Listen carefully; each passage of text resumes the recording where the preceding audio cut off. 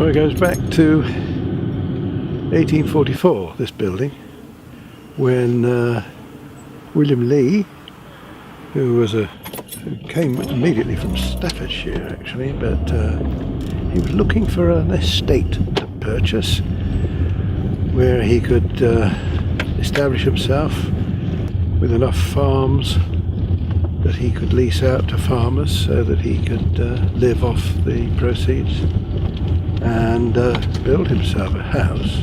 But more importantly, funnily enough, what he wanted to do was to build a church and a monastery, because he'd converted to Roman Catholicism, having met a rather charismatic Catholic preacher in Staffordshire, and brought them along so that they could live in the monastery that he was building.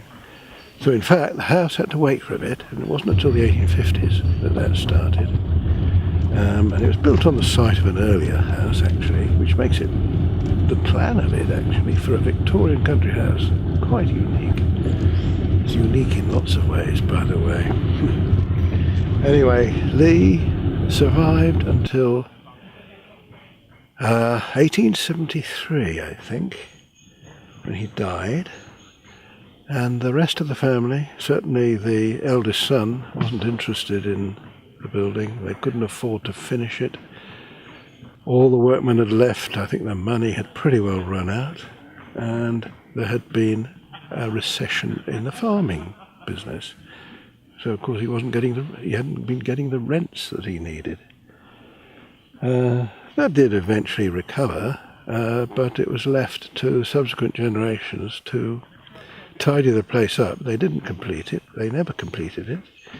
And in fact now, since 1987, a trust has taken over and is intending to maintain it in its current state, make it wind and weatherproof, but certainly not to complete it, because really one of its unique things is that it is only half built. So it's not a ruin, it's work in progress, if you like. And it teaches us so much, because you can see everything. You see all the stonework, you can see all the rough timber work. Everything is there for you to see and learn from, how this sort of work was done in the good old days. And in fact, it's attracted several schools of further education. And at the moment, some of the pupils from Bath are working on it as apprentice, it will be apprentice, I suppose, stonemasons. I guide people around. People come visiting. They're quite often attracted to the fact that there's National Trust land all the way around, but also this mansion, which is under its own trust. And once they see it, they want to go inside. It automatically fascinates them, really, I think, because there is this uniqueness about it. So I take them round. We go around the outside first to try and understand the basic blocking of the thing. There's sort of four sides, because it's built around a courtyard, which itself is pretty nearly unique for that period of Victorian country houses. I tell them my name, Tim Wallace, and then I let them ask questions if there's something I've missed out, maybe, or something they spot which they desperately want an answer to. Very often, if there are children there, they want to know about the ghosts in the basement, which I'm not an expert on, but I do my best. How long have you been working here? Well, good question. I first came here in 1989. I think my wife had seen an advert in the local paper, or it was a column about it, and I thought, well, I'll go and see that.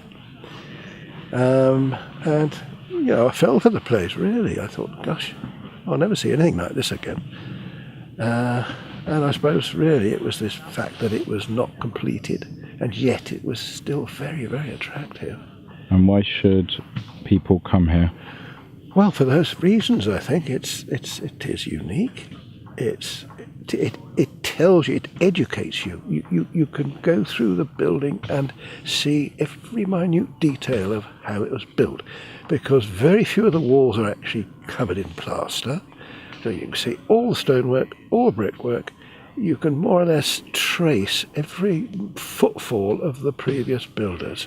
You can even see in some of the rooms all the timber work that was used to hold up the brick or stone arches, and they are still there from the day somewhere in the 1870s when the last workman downed tools and decided he would get more money somewhere else, because I think the family's funds were getting low. In fact, the son, William Lee Jr., couldn't afford to finish the place off, and he couldn't even afford to demolish any of it. That was a possibility. So thank goodness, really, because here we have the result.